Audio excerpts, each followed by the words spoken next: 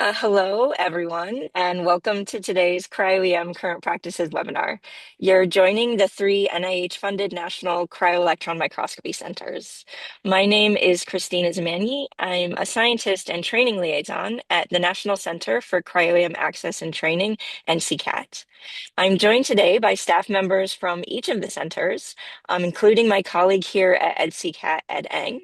Joining from the Pacific Northwest Cryo-EM Center, PNCC, is Rosemary Yasuda. And from the Stanford SLAC Cryo-EM Center, S2C2, are Nathan Burrows and Michael Schmidt. For our main event today, PNCC has invited today's speaker, Professor Miao Zhang, who is joining us from the University of Arizona. Before we give the floor to our speaker, we'll have a quick update from each center on the resources we make available at no cost to the research community. And then Rosemary will properly introduce our speaker. This webinar is a regular event we host the last Thursday of each month, highlighting the users of National Cryo-EM centers who generously share the tips and tricks that have enabled them to make use of cryo-EM in their research. You can save the date for our talk on May 28th. Biswanath Shah from Cornell University will be presenting Navigating Cryo-EM Sample Preparation Challenges and his specific alphabet soup multi-component complex as a case study. You can already find the registration link for that talk on the events page at cryoemcenters.org, where you can always find registration for upcoming talks as well as recordings of our previous talks. I did also want to mention that summer conference season is quickly approaching, and there are a few meetings where you'll find staff either attending or presenting at meetings. The NISBRI meeting in Bethesda in June, M&M in Milwaukee in August, and the IUCR meeting in Calgary are places you will find us. And so I think the abstract deadlines are passed on those, but registration is still open. So if you're wondering where to find us this summer, start planning now. That's where we'll be. For final logistics today, if you have questions about accessing National Center resources, please feel free to use the chat to reach out directly to any of the panelists here. But for questions for the speaker during the talk, please send those using the Q&A box, and Rosemary will moderate Q&A at the end of the talk. So let's go ahead and get started. I will turn over first to Ed to let us know what's new at NCCAT. NCCAT's located here in New York City. We offer high-end data collection, grid preparation, screening, and training. I know you were just getting into the spring and thinking about the summertime. If you would like us to go to your neck of the woods outside of these conferences to hold a workshop at your institution, please let Christina and I know. Something else to point out, the BPS Cryo-EM subgroup is now opening nominations for the June Almeida Award. That award is to recognize a woman in the field in cryo-EM who has made significant contributions during her independent career.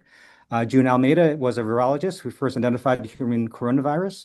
And the nomination deadline is not until the fall, but we are accepting nominations right now. So if you want to learn more, you can speak to me or go to nccat.nyspc.org. Thanks, Ed. Now I'll turn over to Nathan. Hi, the S2C2, of course, has the same suite of programs and resources that the national centers have. And we are currently in the process of finalizing our workshop that we're hosting this summer on specimen prep, more focused on all the modifications and things you can do to your grid to make different flavors of grids, from different affinity grids to adding monolayer support layers. More details to come soon. Thanks, Nathan. I think I want to come to your workshop. Rosemary, let us know what's new at PNCC. Good morning, everyone. As Christina said, I'm Rosemary Yasuda. I'm one of the scientific points of contact here at the Pacific Northwest Center for Cryo-EM here in Portland, Oregon. I'll briefly talk about the two types of proposals that we offer at PNCC for researchers. The first one is called screening access, which allows you to come on site for up to 5 days of sample preparation and screening with our staff. This is typically aimed at low-resource institutions. And the second type is general access, which awards up to 480 hours of microscope time a year for 2 years, which can be used for screening or data collection. Approved general access proposals are also eligible to apply to our many training programs. We offer a variety of workshops that cover the entire cryo-EM pipeline, including grid preparation, screening, data collection, data processing, and EPU and serial EM for data collection and screening. We offer many comprehensive and modular workshops in both in-person and remote formats to accommodate whatever you're looking for.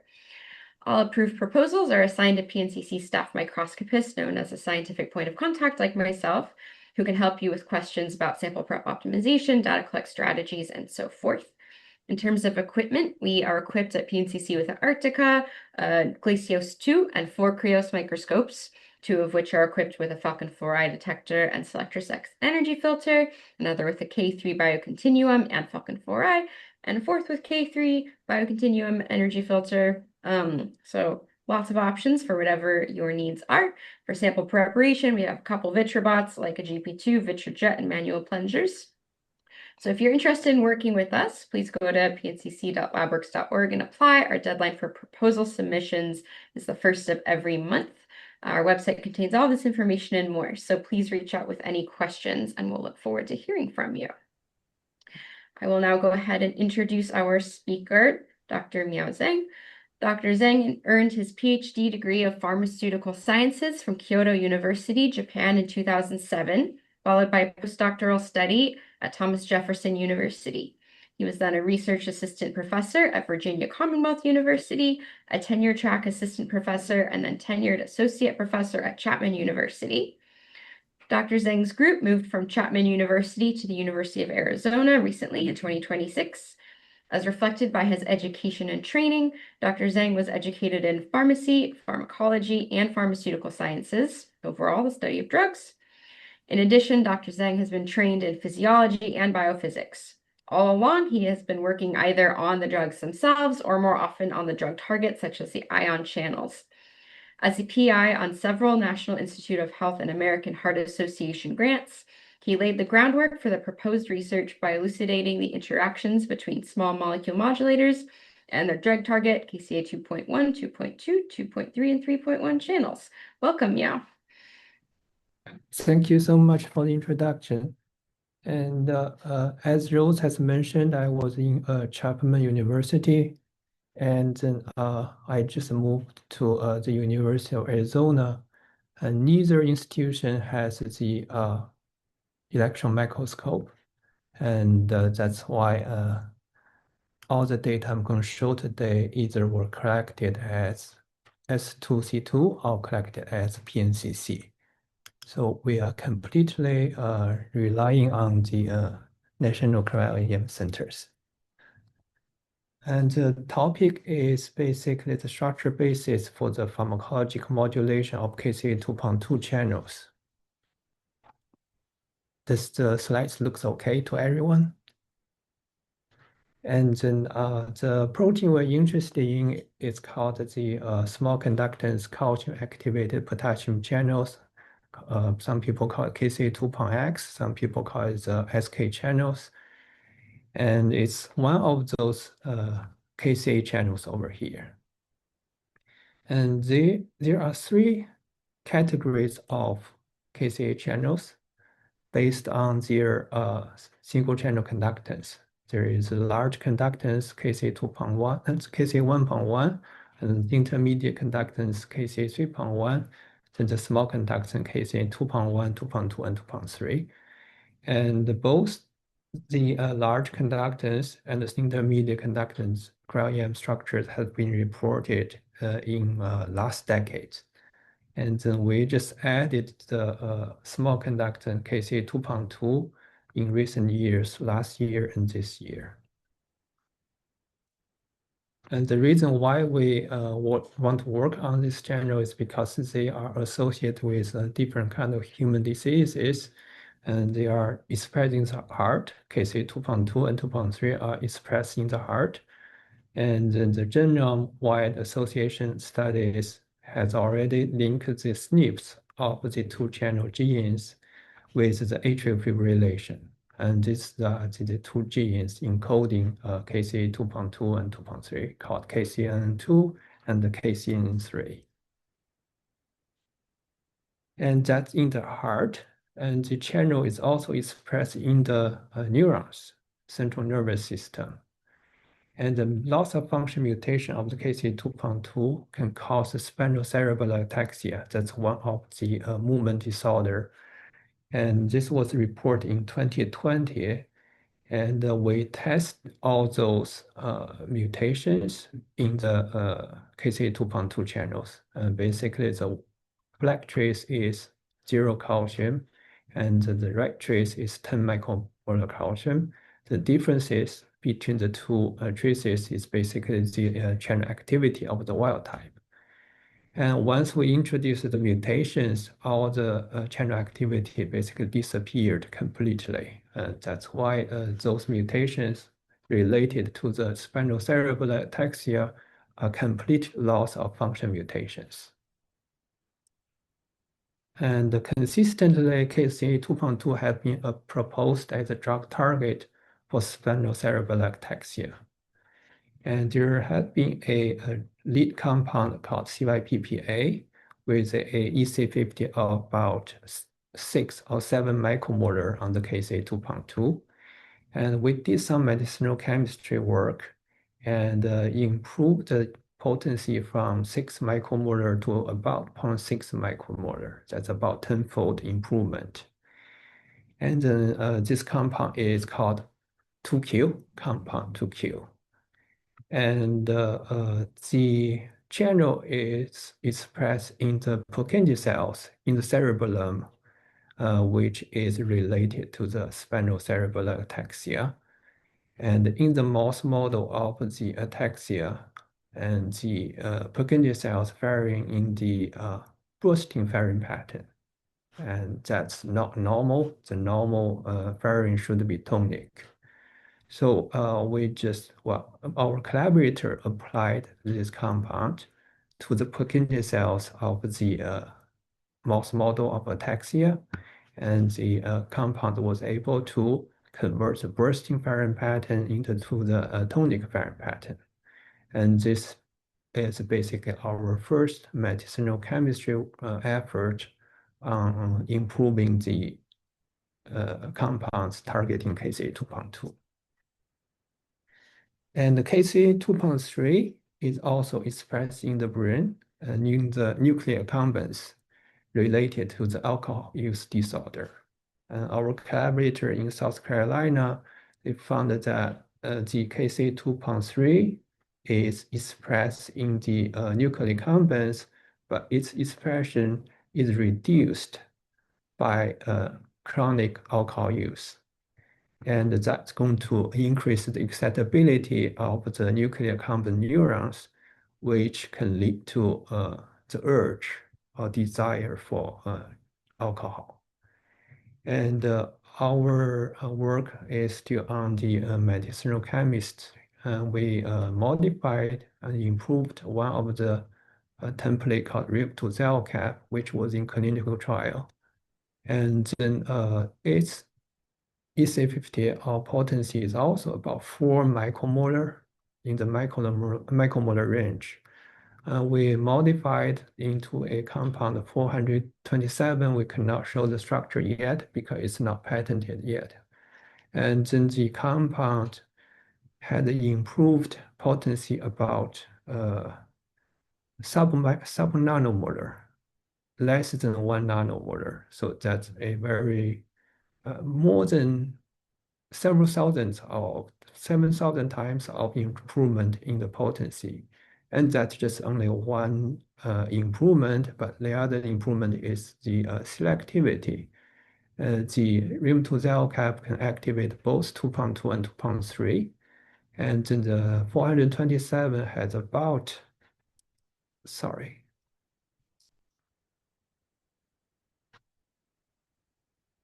has about 200-fold selectivity for 2.2 versus 2.3. So that's basically the compound we are testing in the alcohol use order mouse model right now in South Carolina. And the summary, and the KCa2.2, K2.3 channels, they are a drug target for human diseases, inhibitors, and these two compounds cannot pass the blood-brain barrier, so they work in the heart and then can be used for the atrial fibrillation. And then we also have the rimtuzalcap 2Q compound, which can penetrate the blood-brain barrier and work in the central nervous system, and could potentially be used for the ataxia and alcohol use disorders. And that's basically the reason why we want to work on the cryo-EM structure of the KCa2 channels. And we tried both, well, I tried all of them, 2.1, 2.2, and 2.3. And the 2.2 channel is the one that worked. And we're going to talk about three topics. The first one is the small conductance. And the channel is named after its small unitary conductance. And so that's why this is the first topic. And the second topic is the pharmacological activation. The third topic is the pharmacological inhibition. And here is basically the purification of the protein channel, the channel protein. And here's the channel protein. It's associated with a calcium binding protein called calmodulin. And those are the 2D classes. And here are the 3D reconstructions. And this is the intracellular view. And it's a homotetramer. And the four channel subunits are shown in different colors. And the calmodulin is shown in the gray color. And this is the side view, and this is the extracellular view. And those are the cryo-EM density. And you can probably see the channel residue has a better Q score than the calmodulin residues, suggesting that the calmodulin is more flexible than the channel residues. And to elucidate the structure basis for the small conductance of KCa2.2 channels, we compared the KCa2.2, the small conductance channel, with the 3.1, the intermediate conductance channel. So intermediate channel is in the green, in the yellow color, and our 2.2 small conductance channel is in the blue and magenta. And the biggest difference we found is in the S3-S4 loop. That's the loop between the S3 transmembrane S3 helices and the transmembrane S4 helix. There's a very long loop between the S3 and S4. But that loop is not visible in the intermediate conductance channel 3.1. There's no yellow loop here. But you can see the magenta we highlighted in the color of magenta. And you can see the S3-S4 loop from 2.2 is extend all the way to the pore, to the center of the pore. So that's very unique compared to other channels. And then the S3-S4 loop has to be stabilized to be visible compared to other channels. The reason why it's stabilized because it's tethered to the channel, tethered to the selectivity filter. And we are using the same color. The magenta is the S3-S4 loop, and then the blue is the selectivity filter. And the tethering is basically the hydrogen bond and salt bridges. And there are three residues from the S3-S4 loop, and arginine, phenylalanine, and tyrosine. They form the hydrogen bonds and the salt bridge with the aspartic residues here. And as a result, aspartic acid residue is pointing upwards, and that also going to change the hydrogen bond network within the selective filter. You can see the tyrosine. This is the important tyrosine in the potassium selectivity filter, and is pointing to the left side in the small conductance channel. And in the intermediate conducting channel, the S3-S4 loop is invisible. And as a result, aspartic acid is pointing downwards rather than pointing upwards. And that also changes the hydrogen bond network inside the selectivity filter. And now the tyrosine is pointing to the right side. So these two tyrosine here are pointing basically flipped by 180 degree as a result of the tethering of the S3-S4 loop. And you can also see here that if we compare our small conductance 2.2 channel with all the other 3.1, 1.1, and the KV channels, the 2.2 is the one that is unique. It stands out with the right side of the, which this is the left side. The left side is pointing forward and right side tyrosine is pointing backwards. And everyone else is basically has the exact opposite. The left side is pointing the backwards and the right side pointing forward. So that's about 180 degree flipped. And it will be probably more obvious if we look at it from the extracellular side. This is the extracellular view, just looking at the tyrosine of the selectivity filter. And those are all the other channels, 1.1, KC1.1, KC3.1, and the KV channels, they all aligned very well. And our 2.2 is the one that stands out, is flipped around a 180 degree from all the other channels. As a result of all this rearrangement of the tyrosine and the dimension in the pore or in the selectivity filter is changed.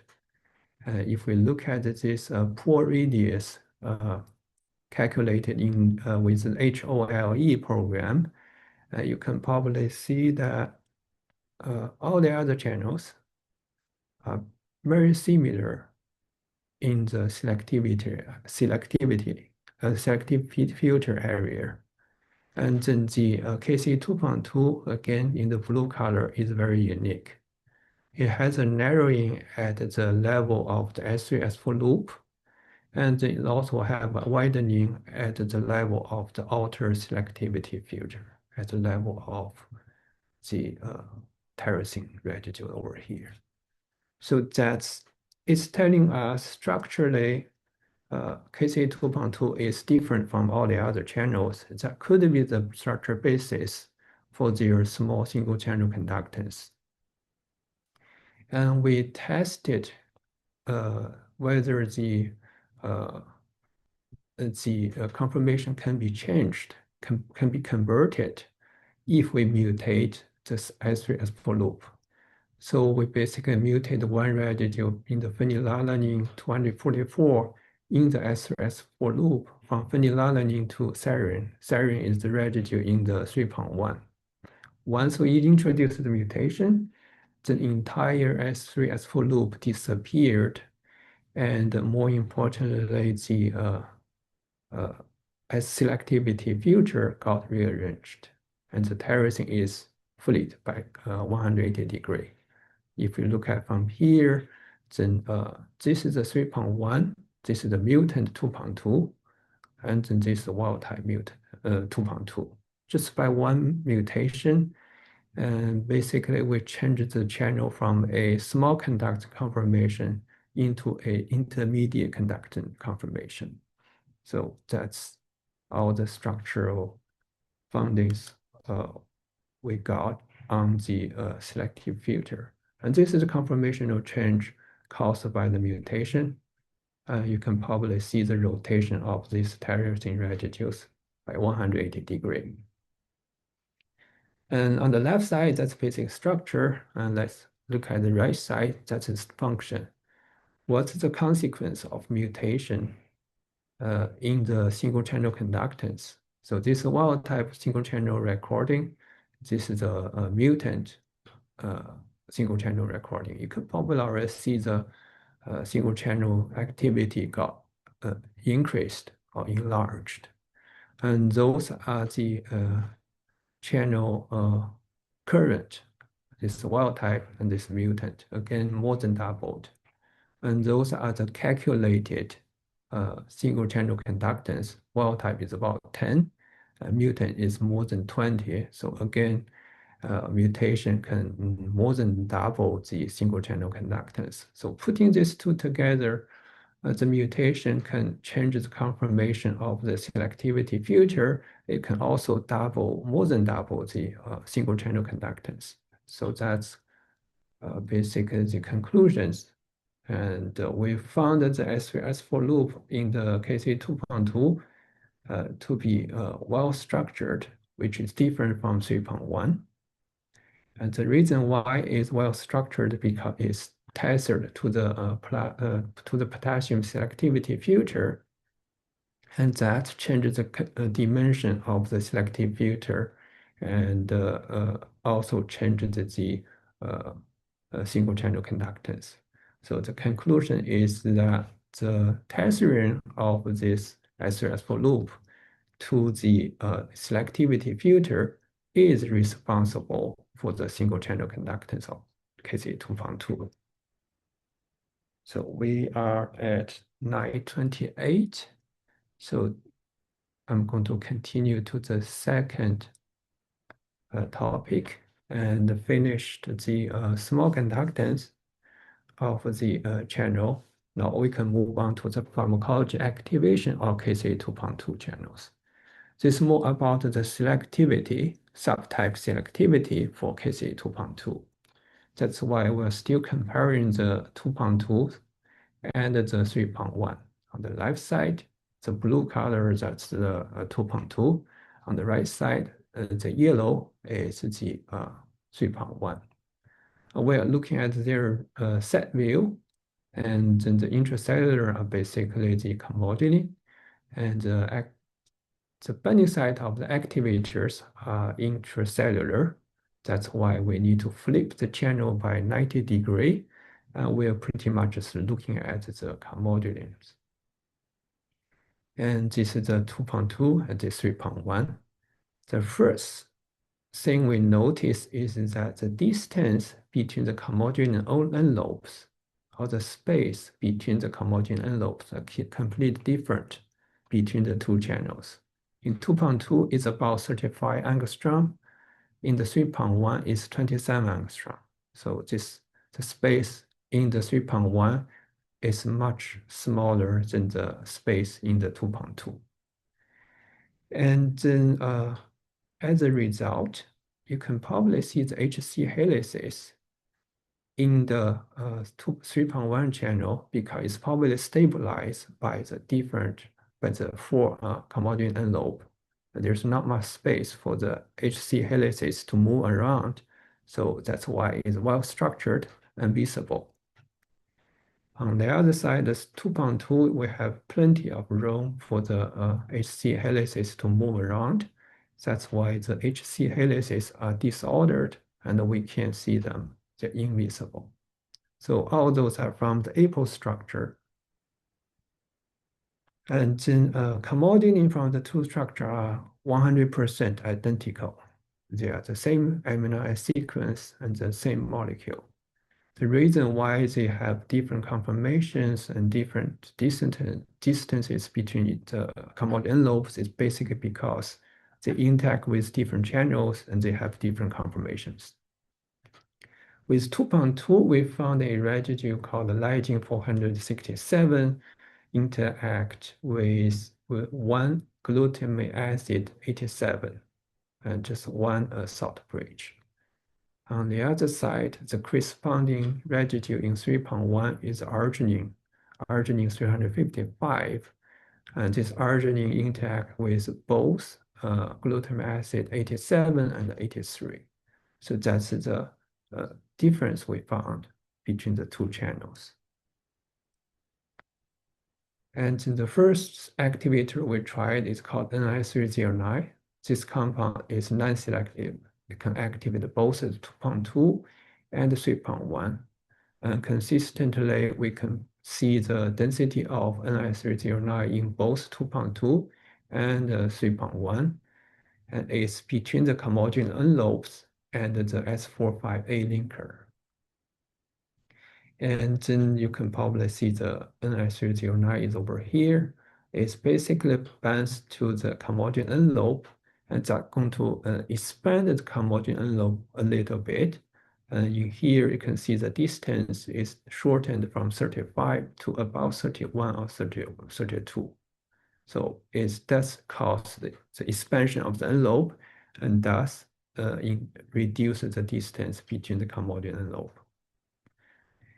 And on the 3.1 channel, Ni309 also binds to the envelope, and but you don't see a shortening of the distance.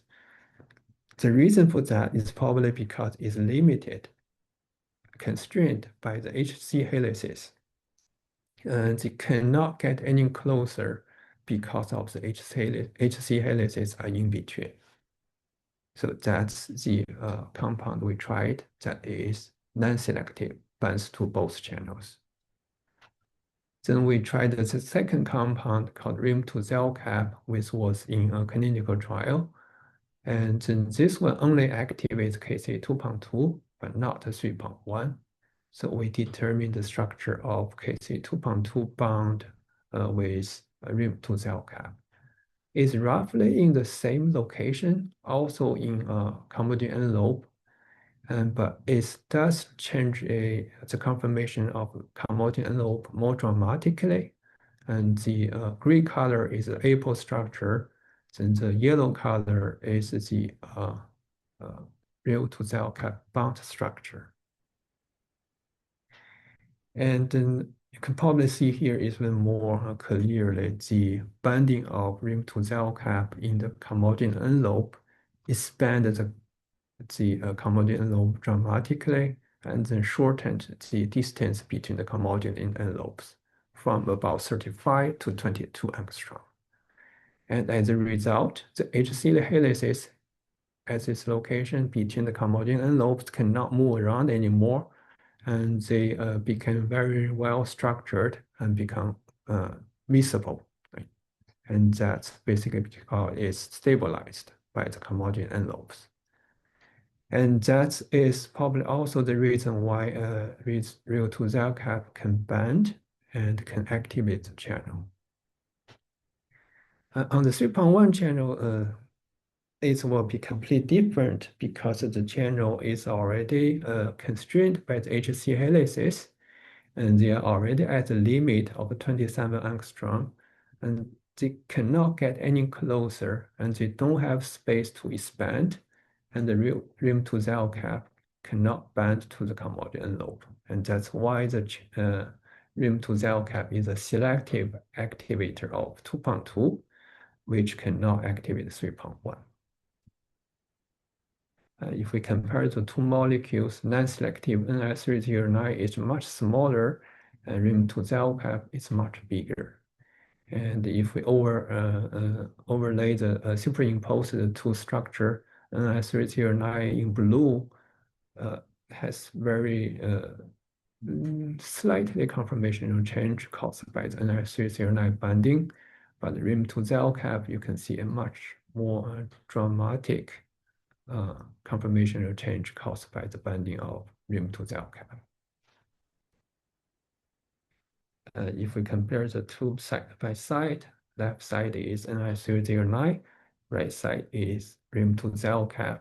You can see the more dramatic conformational change caused by the rimtuzalcap. And all those are the structures, and then we also need to back it up with functional results. Rimtuzalcap can activate 2.2, but not 3.1. Those are all two the wild-type channels.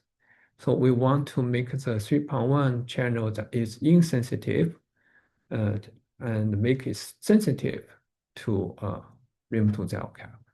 The mutation we did is the arginine to lysine mutation we just mentioned is arginine 355 in the 3.1, but it's a lysine in 2.2. So it basically mutates arginine 355 to lysine.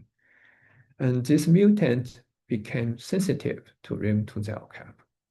And if we put everything together, this is the wild type 2.2 sensitive, wild type 3.1 not sensitive. Then the mutant 3.1 became sensitive to the rimtuzalcap. So that is telling us the structure basis for the subtype selectivity. And but we still want to know why the channel can activate the channel, and why the compounds can activate the channel. So this is the able structure we determined for 2.2, which is in an open conformation of the inner gate. And close conformation we got from the inhibitor bound 2.2, from 12.6 to 6.5, that's open and closed. And the NI309 and the rimtuzalcap both can stabilize the channel conformation in the open conformation. It's slightly wider than the 12.6, but probably the safer way to say it is that it stabilizes it in the open conformation. And that's the summary of the second topic. And the differences between the calmodulin and the channel interaction is the reason why we can have the subtype selective activators. Calmodulin envelope in the KCa2.2 structure are very far apart, 35 angstrom away, and that why it can accommodate either NI309 or the bulkier rimtuzalcap.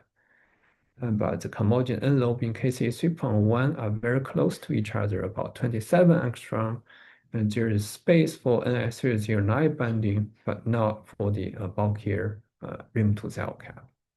Both compounds can activate the channel by stabilize the inner gate in the open conformation. And that's the second topic now is 940. And the third topic will be the pharmacological inhibition. And we basically determined two types of inhibitors. The first one is called outer pore blockers. They sit on top of the outer pore. Basically, it's S3-S4 loop. And they interact with the phenylalanine 244 in the S3-S4 loop. And the other group is called the negative allosteric modulators.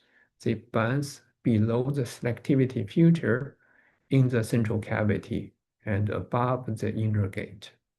So you can probably see the binding site of these two are different. So we did some functional test.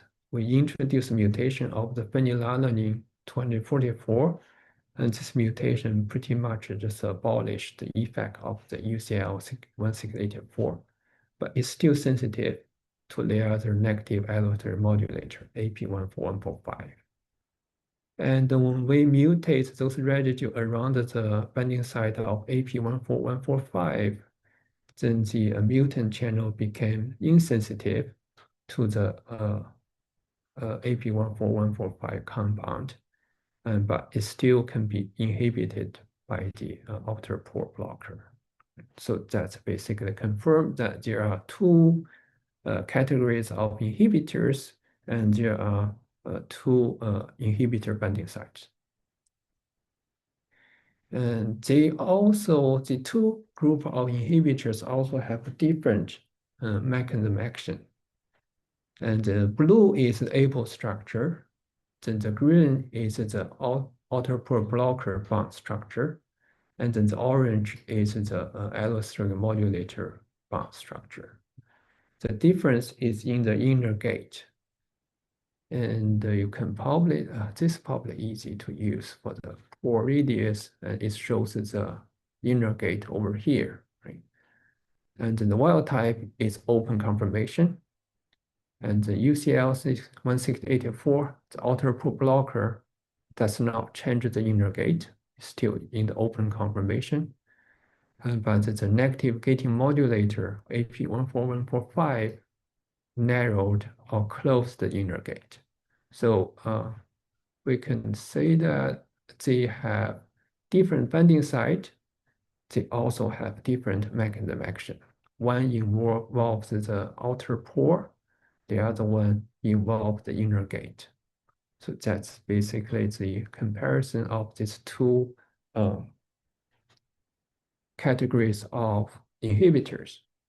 And the summary is basically AP1145 is in the central cavity, and UCL16084 is on the top of the outer pore. And we did some virtual screening, and we did found some inhibitors using the UCL16084 binding site. And that's basically the third topic.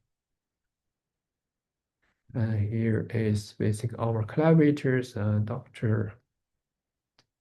Nicovan is my current department chair. I just moved here in January. And Dr. Heike Wolf, Lynn Davis, and then my former boss, Dr. Logoset is in Northeastern University, then George Chandy in Singapore, then Ed Yu in Case Western. And most of the cryo-EM structures were done by either Dr. Yang Wunan and our graduate student Elena. They are working on the structure. And Nagala is the medicinal chemist who did all the chemical synthesis. And we also have the pharmacy students and the undergraduate students.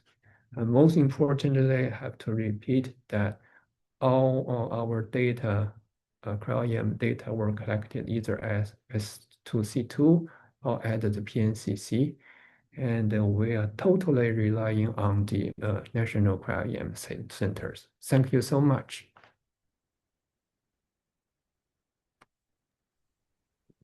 Thank you very much, Miao. That was a fantastic talk. And it's so exciting to see that you've gotten such good results from everything that you've collected through S2C2 and PNCC. So the question and answer box is open. If anyone has any questions for our speaker, please go ahead and put them in that box. We have about 15 minutes of question and answer time if anyone does have anything. While we're waiting for questions to come in, I will ask, I know about some of this since I'm your Spock at PNCC, but if you could talk a little bit about any specific challenges that you had in like strategizing your sample preparation or your data collection through the national centers. I know that Young spent a lot of time here prepping samples and they all turned out really well, but I know that there were some strategic things that we had to worry about for data collection. So if you want to talk about that a bit, be interested to hear. Yeah, we are, well, both our proteins are kind of very picky about the detergent. We're still using detergent for their purification. And if we use too much of GDN, then they will get into the holes very nicely, but they just have only one orientation to show. They have the preferred orientation problem. And if we use too much of the DDM or the LMNG, and then they will not enter the hole. So we have to kind of balance between the two channels. One likes the LMNG slightly better and give us some different kind of orientations. And then the other one just have to have a mixture of both, have the DDM CHS together with the GDN in order to enter the hole and show different kind of orientations. So, but still we are struggling, and we can get them into the hole, but sometimes they just only show one side, one orientation. So seems to be very picky about the conditions. In those cases, Mao, do you do a tilted data collection then as well? Well, if they don't enter the hole, then we can't do anything. If they enter the hole, and has a very clear preferred orientation, then we don't collect on it, and then we know it's gonna be bad. The most tricky part is that there are some orientation for both. We thought it's gonna be okay, and then we collect on it, and turns out that one orientation is not enough. Well, it just kind of, let's say, about 70 or 80% of one orientation and 20 or 30% of the other orientation. And then that going to cause a low resolution problem. Not complete failed, but we can get to about 4 or 5 kind of angstrom. But in order to see the small molecules, we need to push a little bit towards the 3 or even 2 angstrom range. So that's why sometimes we collect, but the data does not give the resolution that we want. But we try not to waste the cryo-EM time. Once we know the sample is bad, we will withdraw, we will cancel the data collection. I have a follow-up question because you showed a number of structures with inhibitors bound, and I'm wondering, once you had conditions that gave you a good grid without inhibitor, how much changed with addition of different inhibitors? Was it fairly robust at that point and you could add inhibitors and you knew how to make the grid, or did you have to start from the beginning for each inhibitor or activator? That's a very good question. So that depends on the activator or the inhibitor. Some activator or inhibitor, they just don't care. Just pretty much we add the compound, it behaves like the apo structure, apo protein. There's no change, it's just the same quality, the same resolution, or even improved resolution. But some protein, some compounds just change the behavior of the particles completely. And they just drove the particle complete out of the hole. That is going to be very challenging. Yeah.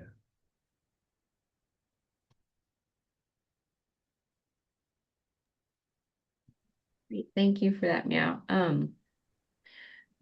And yeah, to your point about trying not to waste microscope time, we have definitely seen that with your projects, of course, but I think there are also a lot of cases where you don't know quite what you're working with until you have a data set. So I think your project has been a really great example of the different things you can learn about your particle along the way, different steps in the cryo-EM pipeline.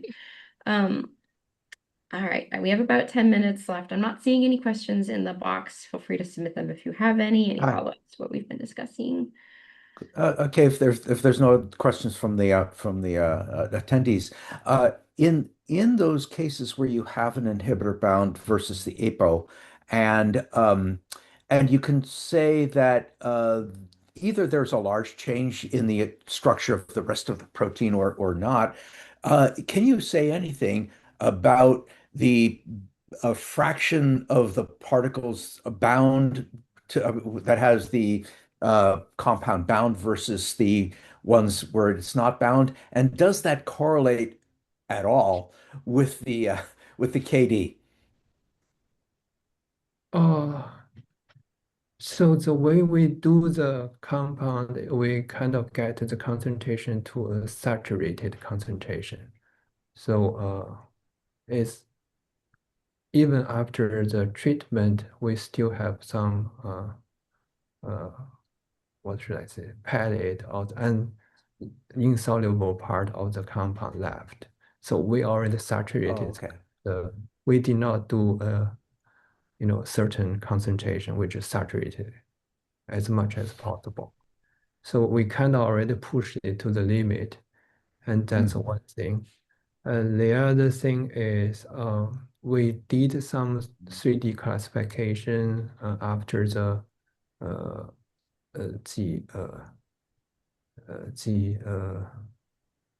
initial processing, but we did not find anything, especially for the AP14145, which changes the inner gate. And this one will be more clear to show, if there are two classes, we may be able to find one open class, one closed class. And for the AP14145, we pretty much found everything to be closed. We did not have particles.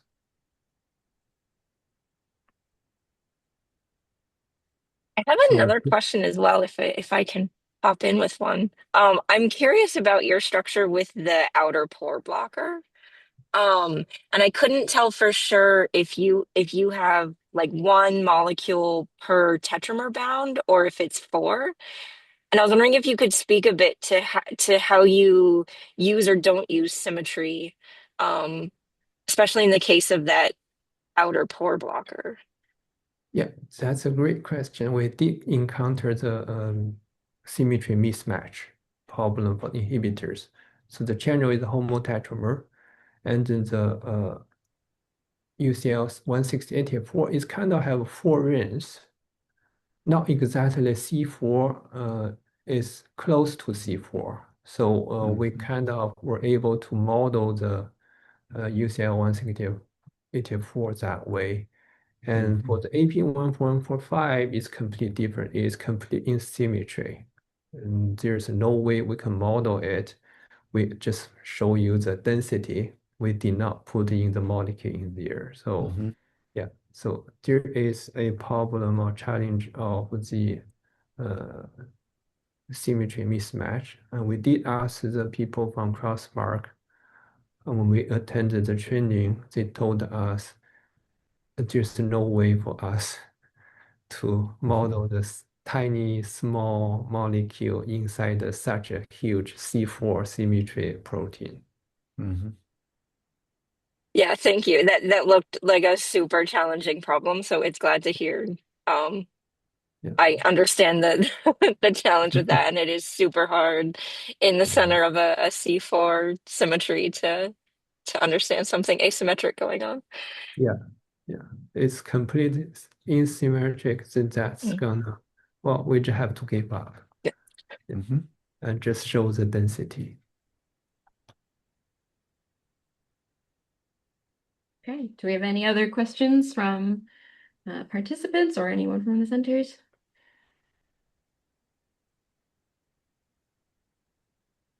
If not, we can probably wrap this up about 5 minutes early. Yeah. So thank you everyone for joining us. We hope you all manage to get as many structures as our presenter today. That was really beautiful work. And the National Centers are here to support your science. So let us know how we can help you. And we hope you join us again. Thanks.